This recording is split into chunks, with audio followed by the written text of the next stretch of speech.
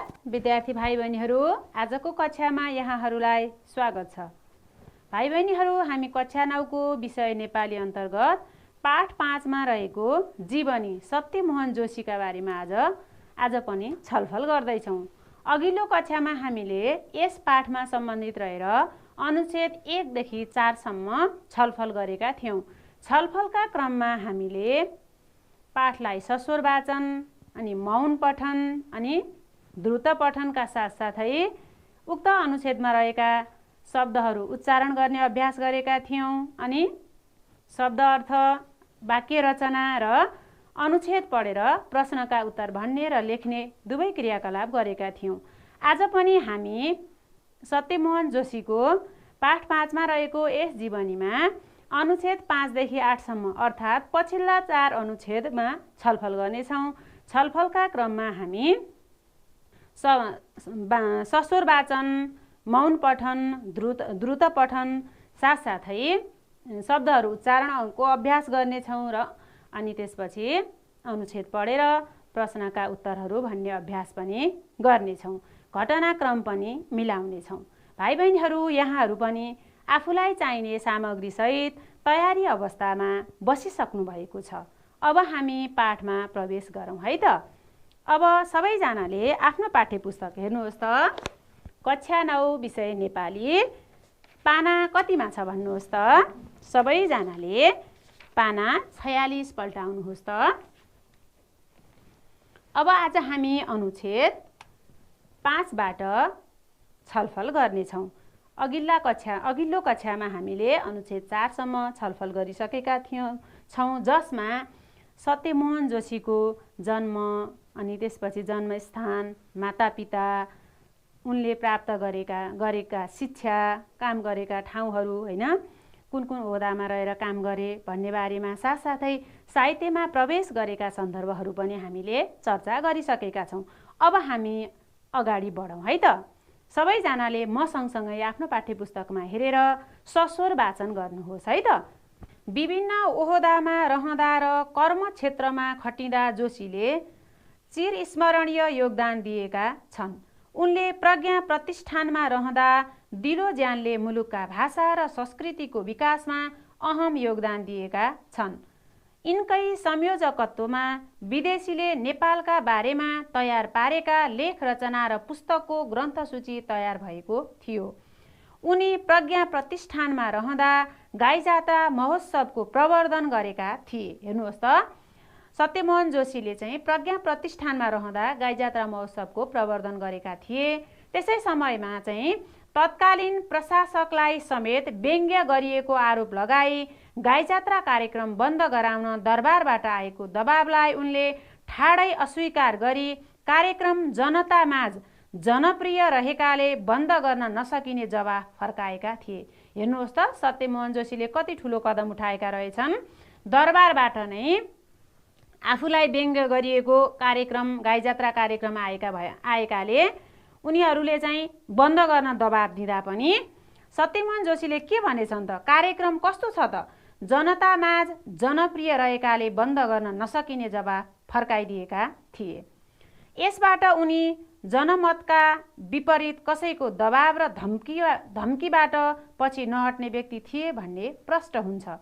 उनकै प्रयासबाट समाजका विकृति विसङ्गतिका विरुद्ध गाईजात्राका माध्यमबाट हास्य व्यङ्ग्य विधाको विकास भएको थियो। यस कार्यक्रमको सफलताबाट हौसिएका जोशीले नेपाली नाटकलाई माथि उकास्ने हेतुले प्रतिष्ठानमै नाटक महोत्सव गर्ने परिपाटी पनि बसालेका थिए। उनी आफ्नो जिम्मेवारीमा अहोरात्र खटिरहन्थे। जमलमा राष्ट्रिय नाचघरका लागि जग्गा किन्ने र भक्तपुरमा राष्ट्रिय सङ्ग्रहालयको निर्माण गर्ने काम पनि जोशीकै सक्रियतामा भएको थियो। उनले प्रज्ञा प्रतिष्ठानमा सदस्य सचिव रहँदा नेपाली भाषाका साथै शेर्पा, तामाङ, मगर, गुरुङ, राई, लिम्बू, मैथली, लेप्चा, थारू, दनुवार, नेवार, चेपाङ, राजवंशी लगायतका भाषाको अध्ययन अनुसन्धान गरेका थिए। यिनै 14 भाषाका पर्यायवाची कोष निर्माणको कार्य समेत सम्पन्न भएको थियो। सत्यमोहन जोशीले नेपालका प्राचीन मुद्राको खोज अनुसन्धान गरी नेपाली राष्ट्रिय मुद्राहरू नामक ग्रन्थ पनि लेखेका छन्। उनकै अध्ययनका आधारमा राजा जयप्रकाश मल्लका पालामा सबैभन्दा सानो सिक्का प्रचलनमा रहेको थियो भन्ने देखिन्छ। उक्त सिक्का संसारकै सबैभन्दा सानो सिक्का भनेर Guinness book of the world रेकर्डमा समेत दर्ता भएको छ। हेर्नुहोस् त, सत्यमोहन जोशीले चाहिँ कर्म क्षेत्रमा खटिँदाखेरि हैन उनले विभिन्न किसिमका कामहरू गरेका थिए, जसमा चाहिँ उनले गाई जात्रा महोत्सव प्रवर्धन गरेका थिए र गाई जात्रा महोत्सव भनेको एउटा हास्य व्यङ्ग्य कार्यक्रम हो। तत्कालीन समयका प्रशासकहरू अर्थात् शासकहरूलाई समेत व्यङ्ग्य गरिन्छ हैन। अनि आफूलाई व्यङ्ग्य गरेको देखेर तत्कालीन समयका शासकहरूले यो कार्यक्रम चाहिँ बन्द गर्नुपर्छ भनेर बन्द गराउने प्रयास गर्दाखेरि सत्यमोहन जोशीले ठाडै जवाफ फर्काएका थिए। के भनेर भन्नुहोस् त? हो, जनतामा जनप्रिय रहेकाले यो कार्यक्रमलाई बन्द गर्न सकिँदैन, हामीले यो कार्यक्रम बन्द गर्दैनौँ भनेर हास्य व्यङ्ग्य कार्यक्रम गाई जात्रालाई निरन्तरता दिएका थिए। यहीँबाट हैन, यही गाई जात्रा महोत्सवबाट नै हास्य व्यङ्ग्य विधाको विकास भएको छ वा भएको हो पनि भनिन्छ। अनि उनले चाहिँ राष्ट्रिय नाचघरका लागि जग्गा किन्ने अनि भक्तपुरमा राष्ट्रिय सङ्ग्रहालयको निर्माण गर्ने काम पनि सक्रियताका साथ लागेर उनकै नेतृत्वमा ती कामहरू पनि भएका थिए। त्यस्तै सत्यमोहन जोशी प्रज्ञा प्रतिष्ठानमा सदस्य सचिव भएर काम गरिरहँदा उनले नेपाली भाषा बाहेक अन्य भाषाहरू 14 भाषाहरू हेर्नुहोस् त, कुन कुन भाषा होलान्? शेर्पा, तामाङ, मगर, गुरुङ, राई, लिम्बू, मैथली, लेप्चा, थारू, दनुवार, नेवार, चेपाङ, राजवंशी लगायतका 14 भाषाका शब्दहरूको चाहिँ पर्यायवाची शब्दकोश पनि सम्पन्न गर्ने काम पनि गरेका थिए। उस्तै शब्दहरू, पर्यायवाची शब्द भनेको यहाँहरूलाई थाहा छ नि, एउटै शब्दका अर्को अर्थ हैन। त्यस्ता शब्दहरू एउटा भाषा र अर्को भाषाका मिल्दा शब्दहरूको पर्यायवाची कोश समेत निर्माण गर्नलाई उनले चाहिँ सक्रियता देखाएका थिए। त्यसपछि उनले अर्को एउटा काम पनि के गरेका थिए भने प्राचीन मुद्राको खोज अनुसन्धान गरी देशमा विभिन्न किसिमका मुद्राहरू छन् जसलाई प्रयोगमा ल्याइएको थियो हैन। तत्कालीन समयमा प्रयोगमा ल्याइएका प्राचीन मुद्राहरू, अझै अगाडिदेखिका मुद्राहरूको खोजी गरेर चाहिँ नेपाली राष्ट्रिय मुद्राहरू नामक चाहिँ ग्रन्थ उनले लेखेका थिए। र त्यसै समयमा चाहिँ त्यही ग्रन्थ लेखिसकेपछि चाहिँ उनकै अध्ययनकै आधारमा चाहिँ राजा जयप्रकाश मल्लका पालामा सबैभन्दा सानो सिक्का प्रचलनमा रहेको थियो भन्ने देखिन्छ। सिक्काहरू विभिन्न प्रकारका हुन्छन्, कुनै साना कुनै ठुला हैन।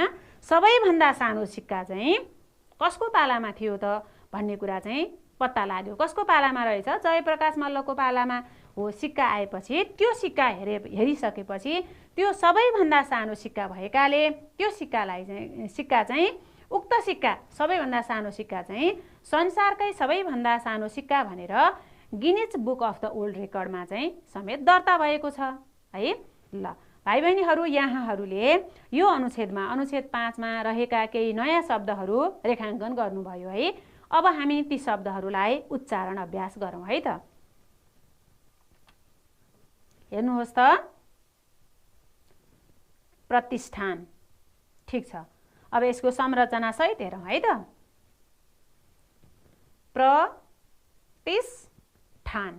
प्रतिष्ठान।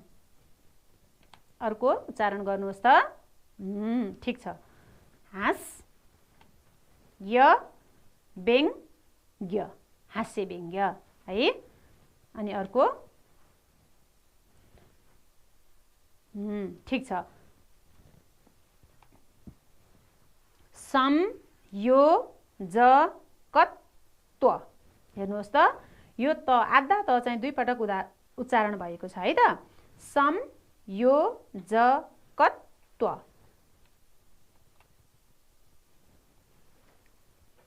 अर्को उच्चारण गर्नुहोस् त। राजवंशी।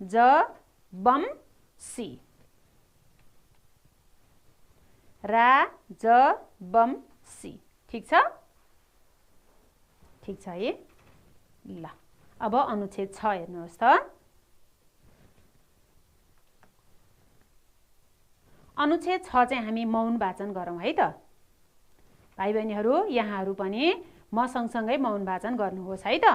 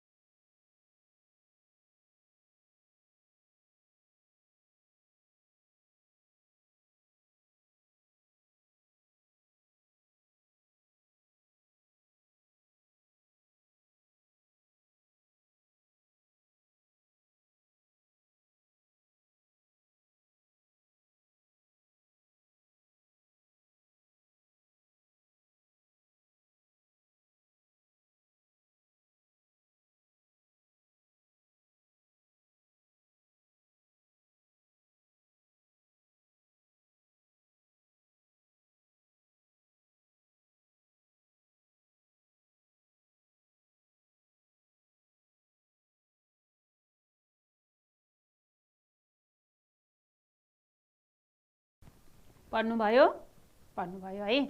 यो अनुच्छेदका सन्दर्भहरू के रहेछन् भन्नुहोस् त। हो उनले भन्नाले सत्यमोहन जोशीले चाहिँ है विभिन्न देशको भ्रमणका क्रममा चाहिँ नेपाली भाषा पठन पाठनका लागि चाहिँ सत्यमोहन जोशीलाई चीनबाट बोलाइयो हैन। त्यहाँ पुगेर चाहिँ उनले नेपाली भाषालाई चिनियामाझ पुर्याउने चाहिँ कार्य गरे। हेर्नुहोस् त, हाम्रो नेपाली भाषालाई चाहिँ चिनियामाझ पुर्याउने काम कसले गर्यो त? सत्यमोहन जोशीले गरे है। अनि उनले त्यहाँ आफ्ना विद्यार्थीको सहयोगमा नेपाली विभाग खोलेर नियमित रूपमा नेपालीमा समाचार प्रसारण गर्ने र सांस्कृतिक कार्यक्रम सञ्चालन गर्ने समेत चाँजो मिलाएका थिए। कहाँ गएर? चीनमा गएर। हेर्नुहोस् त, नेपाली भाषा, हाम्रो नेपाली भाषालाई चाहिँ चिनियामाझ पुर्याउनलाई उनले कति ठुलो कदम चालेका। त्यस्तै विदेशमा नेपाली भाषाको प्रसारण कार्यमा जोशीबाट उल्लेखनीय योगदान पुगेको छ। अनि उनले चाहिँ चीनमा रहँदा कलाकार अरनिको र उनले चीनमा निर्माण गरेको श्वेत चैत्य बारे खोज अनुसन्धान गरी नेपाली वास्तुविद कलाकार अरनिको नामक शोध ग्रन्थ प्रकाशित गरेका थिए हैन। अरनिकोले चाहिँ बनाएको श्वेत चैत्यको चाहिँ अध्ययन अनुसन्धान गरेर त्यहाँ उनले एउटा चाहिँ ग्रन्थ निकाले। ग्रन्थ थियो नेपाली वास्तुविद कलाकार अरनिको हैन। त्यो श्वेत ग्रन्थ त्यो ग्रन्थ नेपाली वास्तुविद कलाकार अरनिको नामक चाहिँ शोध ग्रन्थ निकाल्दा चाहिँ हेर्नुहोस् त सत्यमोहन जोशीले कति राम्रो ठुलो कदम चालेका। त्यस्तै उनले चाहिँ भ्रिकुटी बारे पनि विभिन्न खोज अनुसन्धान गरे। अनि प्रज्ञा प्रतिष्ठानको सदस्य र प्रज्ञा प्रतिष्ठानमा सदस्य रहँदा उनले चाहिँ तत्कालीन सोभियत सङ्घको भ्रमण पनि गरेका थिए। त्यतिखेर चाहिँ उनले के काम गरे त? नेवार बन्धुहरूको विश्व सङ्गठनले लन्डनमा आयोजना गरेको सम्मेलनमा अतिथिका रूपमा सहभागी भएर त्यतिखेर चाहिँ उनले नेपाल भाषा हैन, अनि त्यसपछि नेवार समुदाय हैन, सम्प्रदाय, त्यहाँका कला संस्कृतिका बारेमा पनि विभिन्न किसिमका जानकारीहरू दिए। त्यस्तै उनले अमेरिकामा पनि फेरि नेवार बन्धुहरूको सङ्गठनले चाहिँ के गरेका थियो भने वासिङटन डीसीमा चाहिँ आयोजना गरेको कार्यक्रममा प्रमुख अतिथिको भूमिका निर्वाह गरेर त्यहाँ पनि उनले नेपाल भाषा, नेवारी संस्कृति, संस्कार हैन, कला कौशल चालचलनका बारेमा जानकारी दिएका थिए। उनले विभिन्न किसिमका अन्तर्राष्ट्रिय भ्रमणहरू गरेर नेपाली भाषा हैन, नेपाली भाषालाई चाहिँ विश्वमाझ पुर्याउने साथसाथै नेपाल भाषा अनि यहाँका कला संस्कृति संस्कारलाई चाहिँ विश्वमा चिनाउने काम पनि गरेका थिए। भाइ बहिनीहरू, यहाँहरूले केही नयाँ शब्द रेखाङ्कन गर्नुभयो है। हेर्नुहोस् त, उच्चारण गर्नुहोस् त। ठिक छ, सञ्चालन, कति राम्रो। अनि अर्को वासिङटन, हेर्नुहोस् त, वासिङटन। ठिक छ है। अनि अर्को विविधता, हामीले लेख्दाखेरि के लेख्छौँ? व लेखे पनि उच्चारणमा चाहिँ ब आउँछ। हेर्नुहोस् त, विविधता। अब अनुच्छेद 7 हेर्नुहोस् त। अनुच्छेद 7 चाहिँ हामी सँगसँगै सस्वर वाचन गरौँ है त, आवाज निकालेरै पढौँ है त। नेपाल आमाका कर्मठ सपुत सत्यमोहन जोशीले थुप्रै पुरस्कार, सम्मान र पदक पाएका छन्। उनी नेपाल र नेपालीको गौरव उच्च पार्न सधैँ अग्रसर बने। उनलाई नेपाली वाङ्मय र संस्कृतिका क्षेत्रमा पुर्याएको योगदानको कदर गर्दै काठमाडौँ विश्वविद्यालयबाट विक्रम सम्वत 2068मा महाविद्यावारिधीको उपाधि प्रदान गरिएको थियो। उनलाई त्रिमूर्ति निकेतनले 2071 साल मङ्सिर 15 गते शताब्दी पुरुषको उपाधि प्रदान गरेको थियो। नेपाल सरकारका तर्फबाट विक्रम सम्वत 2074 वैशाख 21मा उनलाई वाङ्मय शताब्दी पुरुषको उपाधि प्रदान गरिएको थियो। उनको नाममा सत्यमोहन जोशी शताब्दी महोत्सव समेत मनाइएको थियो। उनी नेपाली र नेपाल भाषाको संरक्षण तथा नेपालीको राष्ट्रिय पहिचानका लागि निरन्तर लागिरहे। जोशीले गोर्खा दक्षिणबाहु, मदन पुरस्कार, पृथ्वी प्रज्ञा पुरस्कार, भानुभक्त पुरस्कार लगायत दर्जनौं पुरस्कार प्राप्त गरिसकेका छन्। उनलाई झन्नै 200 सङ्घ संस्थाले सम्मान तथा अभिनन्दन समेत गरिसकेका छन्। विक्रम सम्वत 2076मा नेपाल राष्ट्र बैंकले जोशीको नाम र मुहार अङ्कित 100 रुपैयाँको सिक्का प्रकाशनमा ल्याएको छ। उनले लोक संस्कृति, नेपाली राष्ट्रिय मुद्राहरू र कर्णाली लोक संस्कृति नामक कृतिका लागि 3 पटक मदन पुरस्कार पाउन सफल भएका थिए।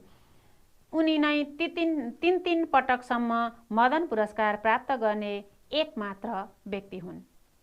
भाइ बहिनीहरू, हामीले अनुच्छेद 5, 6 र 7 सस्वर वाचन गऱ्यौँ र वाचनका क्रममा हामी अनुच्छेदमा नयाँ लागेका शब्दहरू उच्चारण पनि गर्दैछौँ र अनुच्छेदलाई हामी भावबोध अर्थात् अर्थबोध पनि गर्दैछौँ है त। सत्यमोहन जोशीले हामीले अनुच्छेद 7मा सत्यमोहन जोशीले प्राप्त गरेका सम्मान तथा पुरस्कारहरूको बारेमा चर्चा गर्दैछौँ। सत्यमोहन जोशीलाई विभिन्न किसिमका पुरस्कार तथा सम्मानले सम्मानित गरिएको छ, पुरस्कृत गरिएको छ। हेर्नुहोस् त, सत्यमोहन जोशीलाई नेपाली वाङ्मय र संस्कृतिका क्षेत्रमा पुर्याएको योगदानको कदर गर्दै काठमाडौँ विश्वविद्यालयबाट 2068मा महाविद्यावारिधीको उपाधि प्रदान गरिएको थियो। कति सालमा? 2068 सालमा। त्यस्तै त्रिमूर्ति निकेतनले 2071 साल मङ्सिर 15 गते शताब्दी पुरुषको उपाधि प्रदान गरेको थियो हैन। त्रिमूर्ति निकेतनले, त्यसपछि त्रिमूर्ति निकेतनले चाहिँ शताब्दी पुरुषको उपाधि प्रदान गरिसकेपछि फेरि उनलाई नेपाल सरकारका तर्फबाट विक्रम सम्वत 2074 साल वैशाख 21 गते वाङ्मय शताब्दी पुरुषको चाहिँ उपाधि प्रदान गरियो।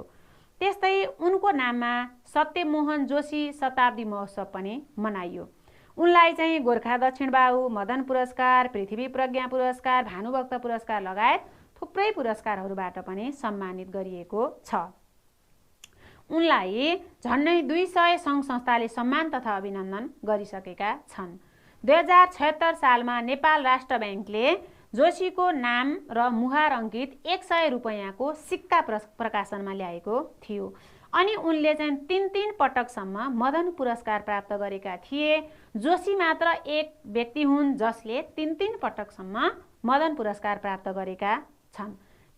मदन पुरस्कार प्राप्त गराउने कृतिहरू चाहिँ हेर्नुहोस् त कुन कुन हुन्।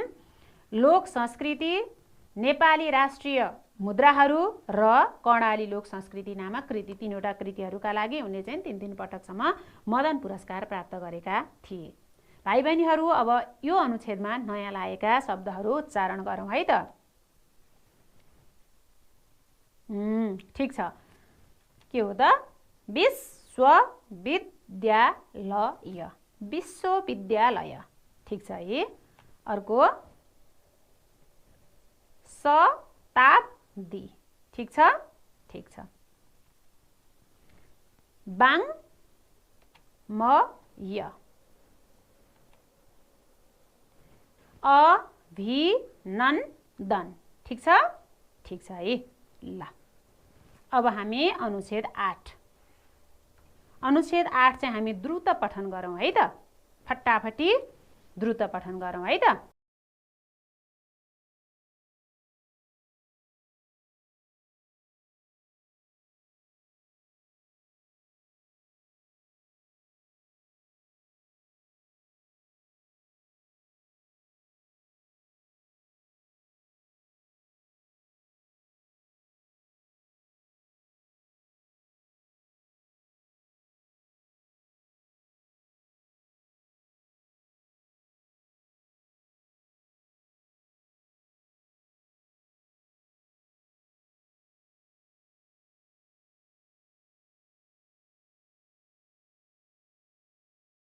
पढ्नुभयो है।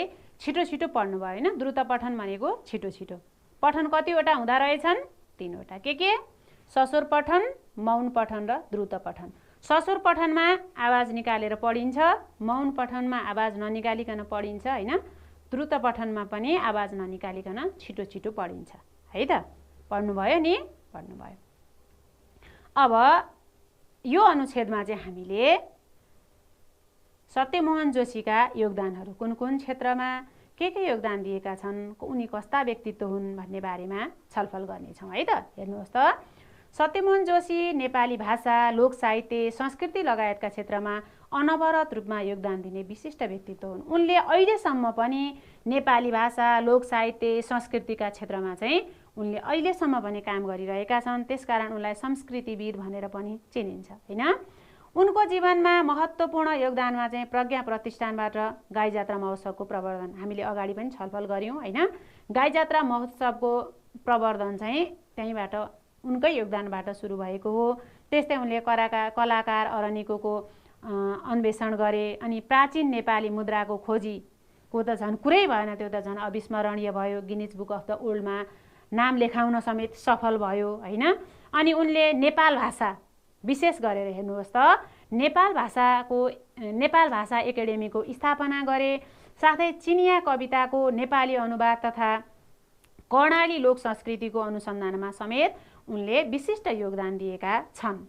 उनी चाहिँ जहिले पनि व्यक्तिगत जीवनभन्दा, आफ्नो जीवनभन्दा राष्ट्र र राष्ट्रियताका लागि अनवरत रूपमा योगदान दिने कर्मशील व्यक्तित्व हुन्। उनलाई व्यक्तिगत जीवनसँग सम्बन्धित कुरा भन्दा पनि राष्ट्र र राष्ट्रियताका लागि, कला संस्कृतिका लागि चाहिँ उनी अनवरत रूपमा चाहिँ कार्यहरू गरिरहेका छन्। उनको अथक प्रयास, कहिले नथाक्ने प्रयास र कामप्रतिको लगाव, हेर्नुहोस् त, यत्रो उमेर भइसक्दा पनि उनको कामप्रतिको लगाव अनि उनी एकदम निष्ठावान भएर कुनै स्वार्थ बिना देशको सेवामा लाग्ने व्यक्तित्व हुन्। उनी बहुभाषिक र बहुसांस्कृतिक राष्ट्रलाई सशक्त र भावनात्मक रूपमा एकताको सूत्रमा बाँध्ने प्रेरणादायी व्यक्तित्व हुन्। संस्कृतिविद सत्यमोहन जोशीको हामीले जति नै बयान गरे पनि सक्दैनौँ। उनले गरेका योगदानहरू अविस्मरणीय छन् र हरेक जनमानसमा उनका योगदानहरू चाहिँ एकदमै कस्तो ज्वलन्त भएर उदाइरहेका छन्। भाइ बहिनीहरू, यहाँहरूले अनुच्छेद 8 मा लागेका केही नयाँ शब्दहरू पनि रेखाङ्कन गर्नुभयो है। हेर्नुहोस् त, उच्चारण गर्नुहोस् त। ठिक छ। भावनात्मक। अर्को निष्ठावान। ठिक छ है। अर्को सशक्त। स्याबास। भाइ बहिनीहरू, हामीले सत्यमोहन जोशी पाठका अनुच्छेदहरूमा छलफल गऱ्यौँ। अब शब्दार्थ खण्डमा भएका शब्दहरू पनि हेर्नुहोस् है त। शब्दका अर्थहरू हेर्नुहोस्। अब हामी शब्द भण्डार अन्तर्गत क्रियाकलाप 1 को अभ्यास गर्नेछौँ। दिएका शब्द र तिनका अर्थबीच जोडा मिलाउनुहोस्। हेर्नुहोस् त, हामीले पाठमा छलफल गरिसकेका छौँ। पाठसँग सम्बन्धित नै रहेर हामी शब्दका अर्थहरू जोडा मिलाउनेछौँ है त। गाई जात्रा, जनै पूर्णिमाको भोलिपल्ट मनाइने जात्रा। जीवन दृष्टि, जीवन दर्शन, जीवनलाई हेर्ने दृष्टि वा आधार। संस्कृति, जनमानसमा प्रचलित संस्कार, कला कौशल, क्रियाकलाप। पुरातत्व, प्राचीन समयका ऐतिहासिक तथा महत्त्वपूर्ण वस्तुको अध्ययन गर्ने विद्या। सङ्ग्रहालय, प्राचीन महत्त्वका दुर्लभ र अनौठा वस्तु बटुलेर राखिने ठाउँ वा घर। प्रतिष्ठान, प्रतिष्ठापूर्व रूपमा स्थापित कुनै संस्था। मिलाउनु भयो है। अब भाइ बहिनीहरू, यहाँहरूले यसै पाठसँग सम्बन्धित रहेर केही शब्दार्थ खण्डमा भन्दा बाहेक रहेका केही शब्दहरू टिपोट गर्नुभएको छ। ती शब्दहरू भन्नुहोस् र हामी शब्द र अर्थमा छलफल गरौँ है त। यहाँहरूले भन्दै जानुहोस् है त। ठिक छ है। हेर्नुहोस् त, कर्मठ, तत्कालीन, चाँजो, प्रवर्धन, सपुत, अनवरत। ठिक छ? ठिक छ है। ल अब यी शब्दका अर्थ है त। कर्मठ शब्दको अर्थ के होला? ठिक छ, के रहेछ?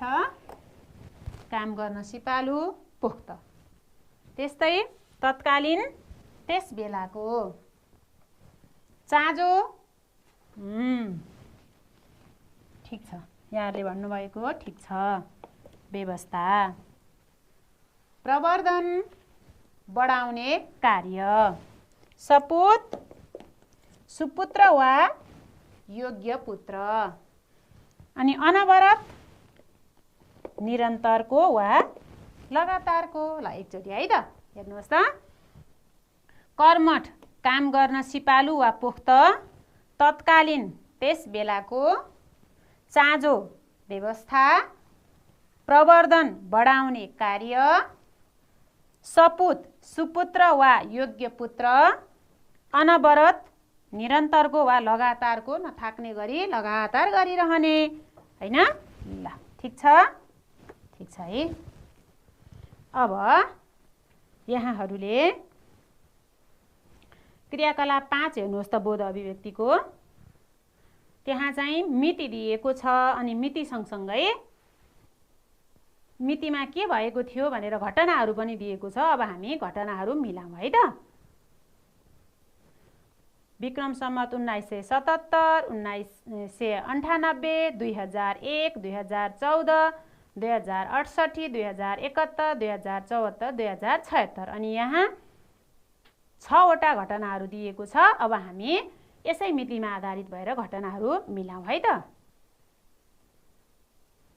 1977 मा के हो? घ नम्बर, घ क्रियाकलाप घ हेर्नुहोस् त, सत्यमोहनको जन्म। 1998 मा के कुन यहाँ भएको कुन घटना भएको थियो भन्नुहोस् त? हो, त्रिचन्द्र कलेजबाट आइए। अनि विक्रम सम्वत 2014 मा हो, लोक संस्कृति नामक पुस्तक प्रकाशन। ठिक छ। अनि 2068 मा हो, काठमाडौँ विश्वविद्यालयबाट महाविद्यावारिधीको उपाधिले विभूषित। ठिक छ। अर्को 1974 मा नेपाल सरकारबाट वाङ्मय शताब्दी पुरुषको उपाधि। ठिक छ सबै। अनि अर्को 2076 मा विक्रम सम्वत 2076 मा नेपाल राष्ट्र ब्याङ्कले जोशीको नाम र मुहार अङ्कित धातुको सिक्का प्रकाशन। नेपाल राष्ट्र ब्याङ्कले जोशीको नाम र मुहार अङ्कित धातुको सिक्का प्रकाशन। ठिक छ, सबैले मिलाउनु भयो है। ठिक छ। ल अब फेरि यहाँहरूले हेर्नुहोस् त, दिएको अनुच्छेद पढ्नुहोस् र सोधिएका प्रश्नको उत्तर भन्नुहोस्। अब अनुच्छेद पढ्नु पर्यो है त। अनुच्छेद पढौँ है त पहिले। सत्यमोहन जोशी नेपाली भाषा, लोक साहित्य, संस्कृति लगायतका क्षेत्रमा अनवरत रूपमा योगदान दिने विशिष्ट व्यक्तित्व हुन्।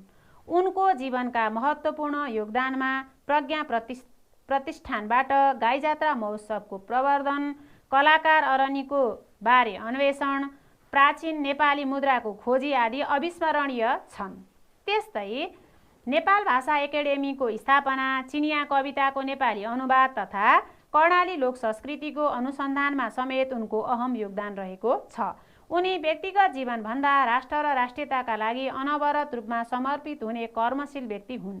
सत्यमोहनमा रहेको अथक प्रयास र कामप्रतिको लगावबाट हामी सधैँ निष्ठावान भई देश सेवामा लाग्यौँ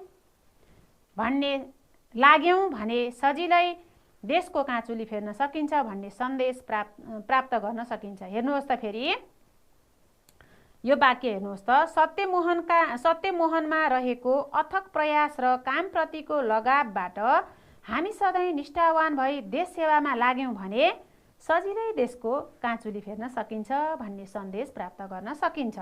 सत्यमोहन जोशीले नेपाली भाषा र नेपाल भाषा दुवैमा दर्जनौं कृतिको रचना गर्नु चान्चुने कुरा होइन। बहुभाषिक र बहुसांस्कृतिक राष्ट्रलाई सशक्त र भावनात्मक रूपमा एकताको सूत्रमा बाँध्ने उनका प्रेरणादायी कार्यप्रति सिङ्गो राष्ट्र गौरवबोध गर्दछ। पढ्नुभयो? ल अब यहाँबाट हामीले के गर्नुपर्छ? प्रश्नका उत्तर भन्नुपर्छ है त। हेर्नुहोस् त, दिएको अनुच्छेद पढ्नुहोस् र सोधिएका प्रश्नको उत्तर भन्नुहोस्। हामीले चाहिँ अनुच्छेद पढिसक्यौँ। अब प्रश्नहरू, माथिको अनुच्छेदमा कतिवटा वाक्य छन्? अनुच्छेदको सबैभन्दा लामो वाक्य कुन हो? त्यो कति शब्दले बनेको छ? व्यक्तिगत स्वार्थमा नलागेको कुरा कुन वाक्यमा छ? त्यसको आशय के हो?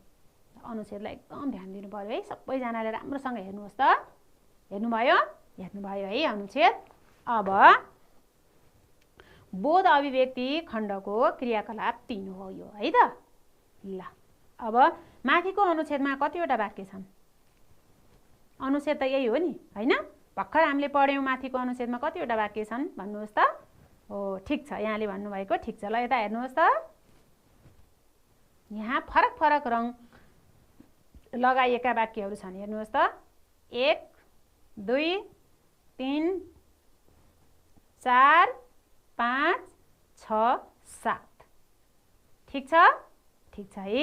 माथिको अनुच्छेदमा 7 वटा वाक्य छन्। ठिक छ? ठिक छ है। ल अब अनुच्छेदको सबैभन्दा लामो वाक्य कुन हो? त्यो कति शब्दले बनेको छ? पत्ता लगाइसक्नु भयो है साथीहरूले? हो नि? हो, ठिक छ। हेर्नुहोस् त, कुन वाक्य रहेछ?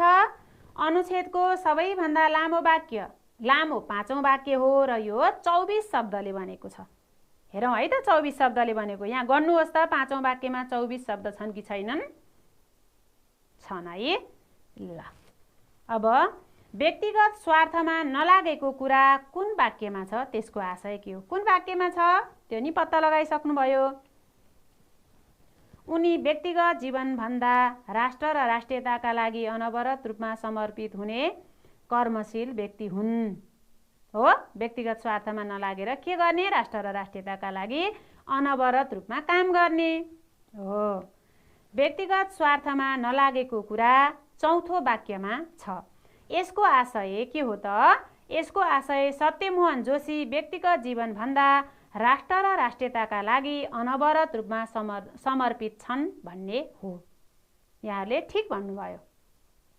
ठिक छ है। भाइ बहिनीहरू, आजको कक्षामा हामीले सत्यमोहन जोशी पाठको अनुच्छेद 5 बाट 8 सम्म छलफल गरेर तीनै अनुच्छेदमा भएका शब्दहरू उच्चारण गर्यौं, शब्द र अर्थमा छलफल पनि गर्यौं र एउटा अनुच्छेद पढ्यौं अनि के गर्यौं? अनुच्छेदमा आधारित भई हामीले त आज 9औं अनुच्छेदमा अनुच्छेद कसरी संरचना भएको छ, अनुच्छेद कसरी बनेको छ, अनुच्छेदमा कतिवटा वाक्यहरू छन्, एउटा वाक्य कति शब्दले बनेको रहेछ हैन, सबैभन्दा ठुलो वाक्य कुन हो भन्ने बारेमा पनि छलफल गर्यौं। त्यस्तै सत्यमोहन जोशी पाठमा सत्यमोहन जोशीले जीवनमा गरेका विभिन्न घटनाहरू, उनको जीवनमा घटेका घटनाहरूको क्रम मिलाउने काम, मिति र घटनाको क्रम मिलाउने अभ्यास पनि गर्यौं। अब हामी अर्को दिन फेरि यस्तै रमाइला अभ्यासहरू लिएर उपस्थित हुने नै छौं। हस्त आजलाई नमस्कार।